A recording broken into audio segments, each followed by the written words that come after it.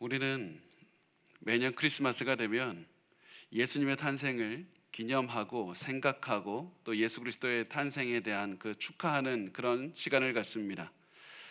또 이것이 단순히 우리에게만 그치는 것이 아니라 텔레비전이나 영화나 그런 데를 보면 예수의 탄생에 대한 이야기들이 많이 나오고 또 서점에 가면 예수님의 탄생에 대한 책들이 굉장히 많이 팔립니다. 그래서 우리가 이상하게 어떠한 크리스마스에 대한 하나의 이미지를 갖게 되는데, 이게 세상 사람들과 크리스찬들 모두 어떻게 보면 공통된 하나의 이미지를 갖고 있는 것을 발견하게 됩니다. 그리고 그런 이미지는 바로 이런 사진과 같습니다. 사진 한번 보여주실까요? 마치 이런 사진과 같습니다. 아기가 있고 또 그 구유에 이렇게 누워 있고 또 여관방 같은 그런 곳에 어떻게 하나 이렇게 되어 있고, 또 저 뒤에 보면 그 동방박사 세 사람이 오고 있는 것 같고, 또 저 위에 보면 별이 또 있습니다. 그리고 저렇게 있는 그림들이 있는데, 우리가 성탄에 대한 그런 메시지를 보거나 또 많은 영화나 그림들을 보면 저 이미지에서 그렇게 다르지가 않습니다. 그래서 우리는 이런 이미지에 대해서 보고 듣고 또 생각하면서 우리는 크리스마스에 대한 예수님의 탄생에 대해서 잘 알고 있다고 생각을 합니다. 그런데 우리가 사실 크리스마스에 대해서 잘못 알고 있는 것들이 굉장히 많습니다. 그래서 우리가 잘못 알고 있는 것들 중에서 세 가지만 오늘 나눴으면 좋겠습니다. 우리가 세 가지는 나눌 텐데, 첫 번째는 무엇이냐면 크리스마스는 12월 25일이 아니다. 아무도 안 놀라시는데요. 크리스마스는 12월 25일이 아닙니다. 우리는 예수님이 태어나신 날을 12월 25일이라고 생각하고, 그래서 12월 25일에 성탄절, 예수님의 탄생을 기념한다고 생각을 합니다. 그런데 성탄절은 예수님의 탄생하신 날은 아닙니다. 오히려 우리는 예수님이 언제 탄생하셨는지는 정확하게 모릅니다. 왜냐하면 성경이 기록하고 있지를 않습니다. 우리 이렇게 생각할 수 있습니다. 만약에 예수님의 탄생이 역사적인 사실이라면 왜 예수님이 탄생한 정확한 날짜를 기록하지 않습니까? 그 이유는 오히려 예수님의 탄생이 정확한 역사적인 사실이었기 때문에 그렇습니다. 이게 무슨 얘기냐면, 예수님의 당시에는 태어난 날짜를 기록하는 것이 그렇게 흔하지 않았습니다. 일반적인 사람이라면 몇 날 몇 시에 태어난 것이 그렇게 중요한 사실이 아니었기 때문에 예수님을 낳았던 마리아나 요셉도 예수님이 몇 월 며칠에 태어났는지 기억해야겠다는 생각 자체를 안 했을 겁니다. 이런 현상이 그 예수님 때에서 계속해서 이어져서 순교자들이 있었던 초대교회 때도 굉장히 많이 나타나는데, 순교자들의 그런 기록들을 보면 태어난 날은 정확치가 않은데 죽은 날짜는 정확하다는 것을 우리가 알 수 있게 됩니다. 왜냐하면 사람들은 태어난 날보다 죽은 날을 더 중요하게 여기기 때문입니다. 그래서 예수님의 경우도 언제 태어났는지 우리가 알 수 없지만 언제 돌아가신 날은 우리가 알 수 있는 겁니다. 그렇다면 예수님이 언제 탄생하셨다고 우리가 추정할 수 있는가? 정확한 대답은 사실은 모릅니다. 많은 학자들이 예수님이 3월 말에서 5월 말, 그러니까 늦봄에 태어났다고 주장을 하기도 하고, 어떠한 학자들은 예수님이 9월이나 11월에 태어났다고 이렇게 말하는 사람도 있고 12월에 태어났다고 주장하는 사람도 있습니다. 그러면 우리는 왜 예수님의 탄생을 기념하는 날을 12월 25일로 하고 있는가? 자, 여기서가 굉장히 중요합니다. 잘 들으십시오. 많은 사람들이 크리스마스가 12월 25일이 원래 이방신을 섬기는 날이었다고 말을 합니다. 이방신을 섬기는 날이었기 때문에 12월 25일을 우리가 받아들였다고 얘기를 합니다.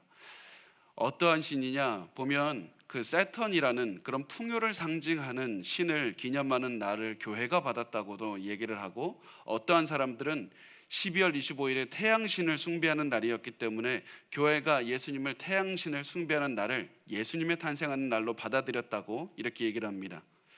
이 주장들은 증거가 굉장히 부족하지만, 굉장히 무리가 있는 주장이지만, 그럼에도 불구하고 세상에서는 가장 흔한 이론이 이겁니다. 이 로마에 있었던 이방신을 숭배하는 그 날을 예수님의 탄생일로 교회가 받아들였다고 얘기하는 것이 굉장히 흔한 얘기가 됐습니다. 왜 사람들은 이 얘기를 하는지 우리가 한번 생각을 해보시기 바랍니다. 왜 세상에서는 예수님이 이 탄생을 기념하는 날을, 우상을 숭배하는 날을 받아들였다고 그렇게 해서 생긴 게 크리스마스라고 말을 하는지 아십니까? 그 이유가 무엇이냐면 실제로는 크리스마스가 미신이라고 말을 하고 싶은 겁니다. 원래 있었던 날이 미신이었기 때문에 미신을 받아들인 크리스마스도 똑같은 미신이다. 크리스마스가 미신이기 때문에 예수님의 탄생도 미신이고, 예수라는 인물 자체가 허구이거나 아니면 원래 인간이었는데 신격화된 인물에 불과하다. 그래서 모든 미신이라는 이 주장이 바로 어디서 시작되냐면 크리스마스가 이 우상을 숭배하는 날을 받아들였다, 여기서 시작을 하는 겁니다. 그런데 너무나도 가슴 아픈 사실은 무엇이냐면 많은 교회들이 이 주장을 그대로 받아들이고 있다는 사실입니다. 너무나도 희박한 증거가 있는 이런 주장을 신문과 방송에서 하고 많은 박사라는 타이틀을 가진 사람들이 말을 하다 보니까 이것이 다 사실이라고 생각해서 말을 합니다. 그렇지만 이런 주장은 결코 허구이고 증거도 부족하다는 사실을 반드시 기억하십시오. 그렇다면 우리가 왜 크리스마스, 예수님의 탄생을 12월 25일로 기념하는가? 그 이유는 마리아의 임신한 것과 관계가 있습니다. 초대교회 사람들은 마리아가 3월 25일에 임신했다고 믿었습니다. 왜냐하면 예수님이 돌아가신 날이 3월 25일이었기 때문에 예수님이 태어나신 날에 돌아가셨을 것이다, 이렇게 추정을 해서 마리아가 이 날에 임신을 한 것이 맞다고 생각했습니다. 만약에 3월 25일에 임신한 것이 맞다면 임신한 지 9개월이 지난 12월 25일에 예수님이 탄생하는 것이 맞다고 생각을 한 겁니다. 그래서 크리스마스를 12월 25일이 된 것이고 예수님의 탄생을 기념하는 날이 된 겁니다. 자, 우리가 이 생각을 해봤으면 좋겠습니다. 왜 하필 하나님은 이 세상에 아들을 보내신 날짜를 정확하게 기록하지 않으셔서 우리로 추정하게 하셨을까? 왜 이렇게 정말 중요한 날들을, 이 중요한 날인데 이것을 우리에게 직접 말씀해 주지 않으셔서 우리가 추정하고 그것으로 또한 갑론을박을 하게 하셨을까? 이 사실에 대해서 묵상을 해보고 해봤더니 결국 내릴 수 있는 결론은 하나였습니다. 예수님의 탄생은 결코 하루만 기뻐해서는 안 되는 날이기 때문입니다. 예수님의 탄생은 너무나도 중요하고 너무나도 우리 인류 전체에게 중요해서 단순히 하루만 기뻐하고 예수님이 탄생하셨다라는 생각만 하고 지나가야 되는 날이 아닙니다. 우리의 인생 전부가 예수의 탄생을 기뻐해야 되는 날이 되어야 되고, 우리의 인생 전부가 매일매일 예수의 탄생을 생각했을 때 소망이 넘쳐야 되고 기뻐해야 되고 예수님의 탄생을 즐거워하고 기념하는 날을 살아내야 된다는 사실입니다. 그래서 그 기쁨을 우리가 매일매일 체험하다가 성탄절이 되면 그 기쁨을 집약해서 서로 모여서 기쁨을 같이 나누는 시간이 되는 겁니다. 그래서 예수님의 탄생이 결코 하루에만, 우리가 12월 25일 그날에만 기뻐하고 지나가지 마십시오. 이 날이 지난 다음에 26일, 27일, 1월 1일, 3월 1일에도 계속해서 예수님의 탄생을 기뻐하면서 즐거워해야 되는 것이 바로 크리스찬들에게 주어진 사명입니다. 자, 우리가 이것이 첫 번째 오해를 이제 우리가 나눠봤고, 두 번째, 성탄에 대한 두 번째 오해는 예수님이 태어났을 때는 구유에 별이 없었다는 겁니다. 이게 왜 이렇게 중요하냐고요? 이렇게 왜 이렇게 중요하지 않다는 얼굴로 저를 쳐다보시는데, 자, 사진들 한번 다시 보여주십시오. 이렇게 위에 별이 떠 있는데 사실은 이 별이 엽서에도 나오고 영화에도 나오고 만화에도 나오고 모든 것에 어떤 별이 나와서 별이 크리스마스의 상징이 되어버렸습니다. 그래서 예수님의 탄생을 그리는 그 예술 작품에는 반드시 별이 등장하게 됩니다. 그런데 문제가 무엇이냐면 성경에는 크리스마스, 예수님의 탄생할 때는 별이 있다는 그런 기록이 없다는 사실입니다. 분명히 예수님의 탄생을 기념하기 위해서는 별이 등장하기는 하는데 이것은 동방 박사들에게만 해당하는 겁니다. 그리고 동방 박사들은 예수님이 태어나자마자 방문했다기보다는 예수님이 태어난 지 약 2년 정도가 지났을 때 도착했다고 보는 것이 맞습니다. 그렇기 때문에 동방 박사들이 떠난 다음에 마태복음 2장 2절에 보면 헤롯 왕은 이 2살 이하의 아기들을 다 죽이라고 명했던 겁니다. 갓난 아기가 아니라 2년 정도가 지났기 때문에 헤롯 왕은 이렇게 명령을 했던 겁니다. 그래서 아마 동방 박사들은 구유에 누워 있는 아기가 아니라 아마 걸음마 하는 그런 아기를 보았을 겁니다. 게다가 이 별은 아기의 탄생 소식을 듣고 예수님을 찾아간 목자들의 이야기, 그 이야기는 등장하지를 않는다는 사실입니다. 누가복음 2장에 보면 천사가 목자들에게 찾아가서 구세주가 탄생했다는 소식을 전합니다. 그런데 천사는 목자들에게 태어난 아기 위에 별이 있으니까 너희들 별 보고 따라가라고 말을 하질 않습니다. 오히려 뭐라고 합니까? 누가복음 2장 12절 말씀을 우리 같이 읽겠습니다. 시작. 너희가 가서 강보에 쌓여 구유에 뉘어 있는 아기를 보리니 이것이 너희에게 표적이니라 하더니 아기를 보라고 말합니다. 아기를 보라고 말합니다. 그래서 목자들은 이 아기를 찾기 위해서 베들레헴으로 가서 아기가 태어난 집을 찾아다녔을 겁니다. 베들레헴 워낙 작은 동네였기 때문에 태어난 아기가 있는 집을 쉽게 찾을 수가 있었을 겁니다. 그리고 목자들은 그 아기를 보고 천사의 말이 사실이라는 것을 깨달았을 겁니다. 목자들에게는 별이 있건 없건 중요하지 않았습니다.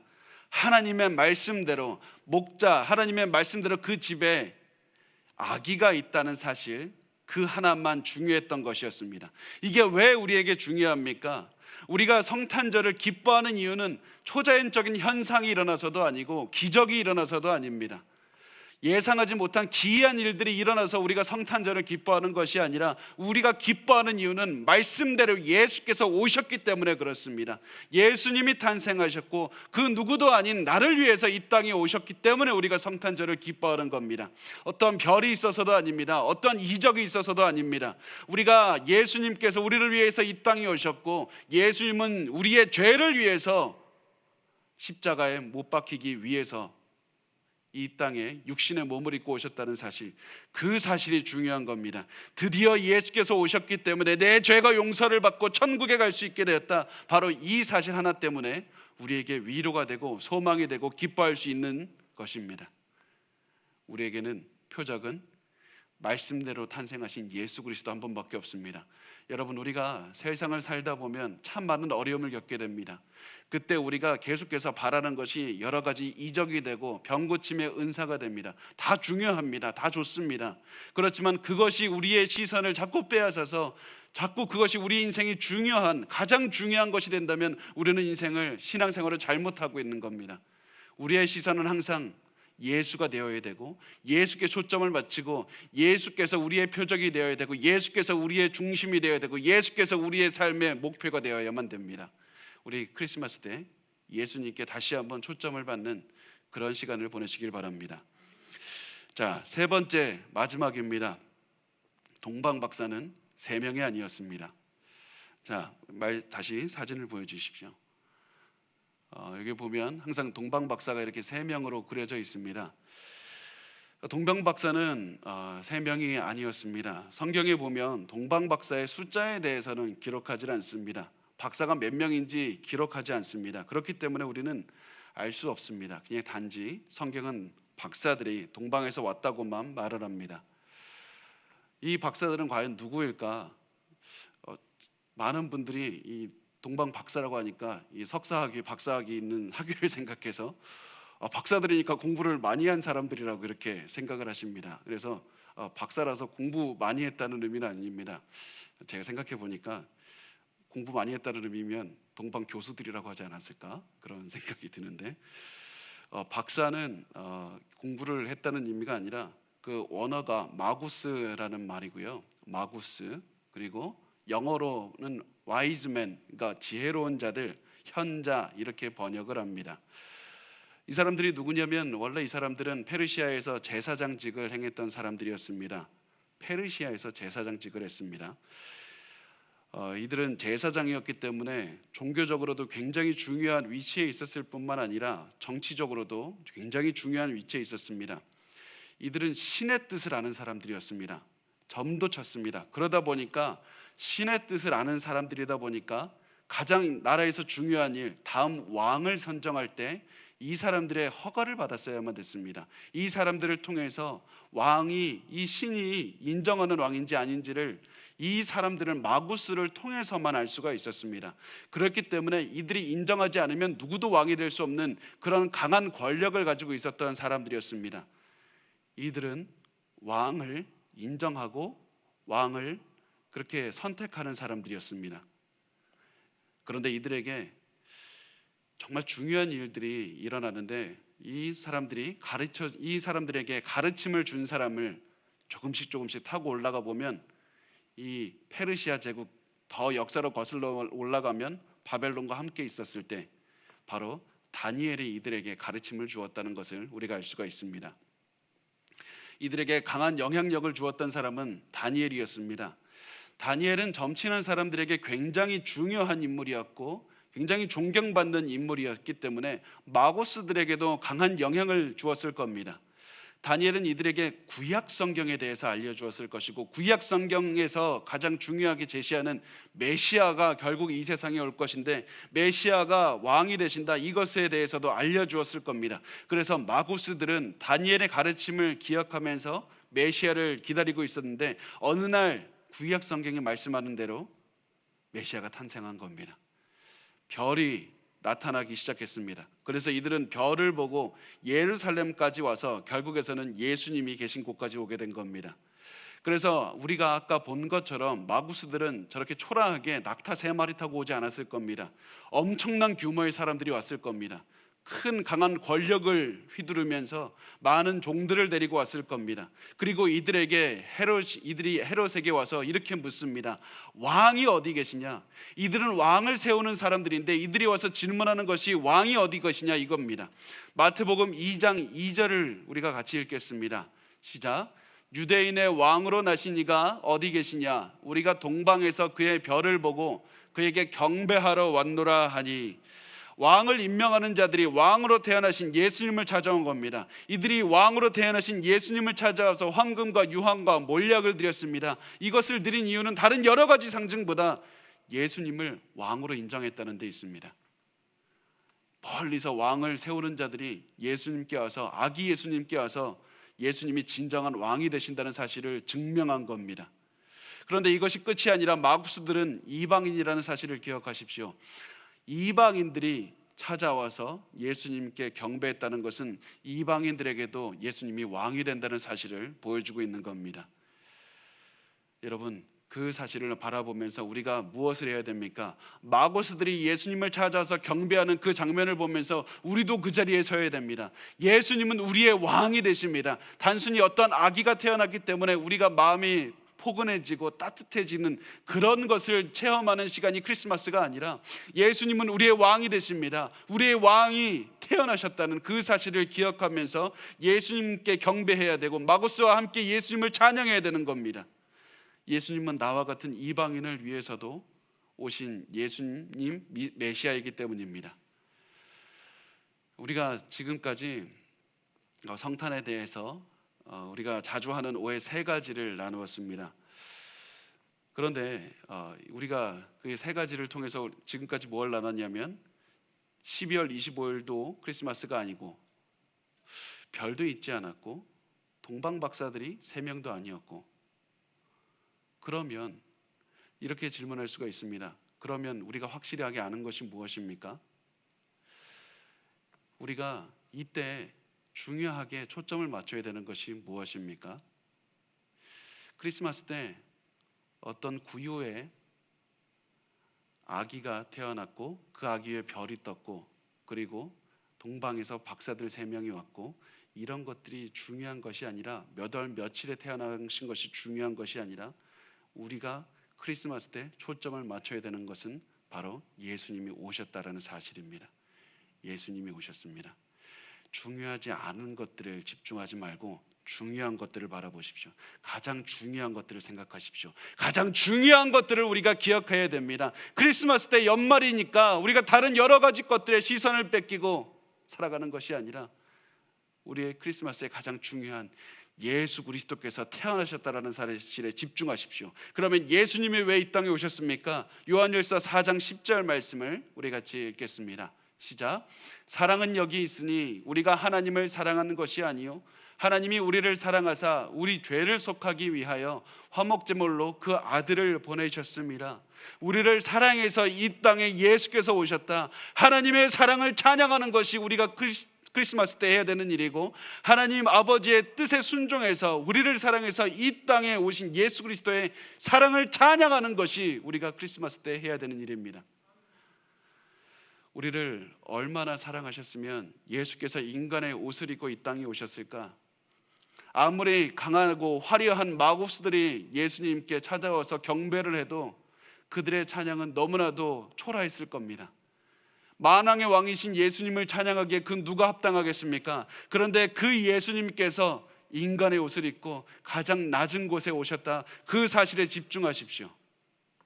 그렇다면 우리가 이 크리스마스 때 무엇을 행하면서 살아야 됩니까? 우리가 예수 그리스도의 사랑을 찬양했다면 그 다음에 우리의 삶은 어떻게 변해야 됩니까? 그것이 중요합니다. 많은 사람들이 크리스마스 때 성탄절에 예수님께서 나를 위해 오셨다, 거기에만 멈춥니다. 그러나 그것만 알았다면 절반만 한 겁니다. 다음의 사실을 반드시 기억하십시오. 요한일서 4장 11절 말씀입니다. 우리 같이 읽겠습니다. 사랑하는 자들아, 하나님이 이같이 우리를 사랑하셨은즉 우리도 서로 사랑하는 것이 마땅하도다. 우리가 예수 그리스도의 그 사랑을 체험하면 체험할수록 더욱더 사랑을 실천하는 것이 우리의 삶에 나타나야 됩니다. 이것이 바로 우리가 크리스마스 때 해야 되는 전부입니다. 크리스마스 때 그냥 마음이 포근해져서 자녀들과 선물을 주고받고 가족들과 그냥 메리 크리스마스라고 하면서 식사 한번 하는 것으로 끝내야 되는 날이 아니라, 우리가 크리스마스를 기억하면서 해야 되는 것은 나는 예수 그리스도의 사랑을 받은 사람이고, 나는 예수 그리스도께서 사랑하셔서 죄를 용서하신 사람이고, 그랬기 때문에 예수의 사랑을 실천하며 내 주위에 많은 소외된 사람들, 억눌린 사람들, 죽어가고 있는 사람들을 살려야 되는 그런 의무가 있는 날이 바로 우리가 성탄절을 기념하면서 해야 되는 그런 의무가 되겠습니다. 여러분, 우리가 우리의 삶에서 많은 성탄절에 중요하지 않은 것들에 집중하지 마시고 가장 중요한 예수 그리스도의 사랑에 집중하시고, 예수 그리스도를 바라보면서 우리가 오늘은 하나님, 내 삶에 내 주위에 소외된 사람은 누구입니까? 내 주위에 누가 죽어가고 있지는 않습니까? 죽어가고 있는 나를 살리기 위해서 가장 낮은 곳에 오신 예수님을 기억하면서 나도 예수님의 말씀처럼 가장 낮은 곳에 내려가서 소외된 사람, 내가 아무도 돌보지 않아서 외면받은 그 사람들에게 찾아가기를 원합니다. 나에게 그 사람을 보이십시오. 우리가 그것을 기억하고 그것을 실천하는 날이 되었으면 좋겠습니다. 결코 우리의 마음이 포근해지는 것에서만 멈추지 말고 반드시 이번 크리스마스 때는 우리의 몸을 움직이고 우리의 마음을 움직여서 우리 주변에 소외받는 사람들을 반드시 보여달라고 하나님께 기도하시고 그 사람에게 사랑을 실천하는, 그래서 내가 이렇게 사랑을 실천하는 이유는 예수께서 나를 위해서 태어나셨기 때문입니다. 당신도 그 사랑을 체험하기를 원합니다. 우리가 그렇게 고백할 수 있는 날을 보냈으면 좋겠습니다.